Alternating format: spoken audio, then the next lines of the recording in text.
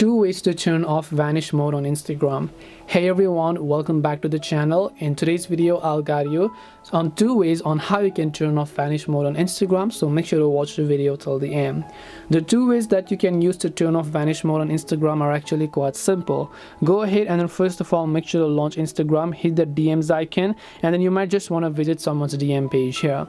Now normally to turn on vanish mode you just swipe up and now you're on vanish mode. Now what if you want to turn off vanish mode? Well, there are 2 ways. One way is the way that we just did. Just like how we swiped up to turn it on, we just want to swipe up to turn it off again. So right here you can see swipe to turn off. As you do that, you would have turned off vanish mode. But there is also another way, so let me enable it back again. For that, just tap the profile from here, then just tap the 3 dots and you'll be able to set different sort of options, or you can simply go to the chat settings, and once you go to chat settings you should be able to go ahead and then cancel them accordingly. So let me also go ahead and then tap on the profile name, then tap on privacy and safety, then here you can see vanish mode. Just turn off the toggle and vanish mode will get successfully turned off, and then you'll move back to your main chat feed.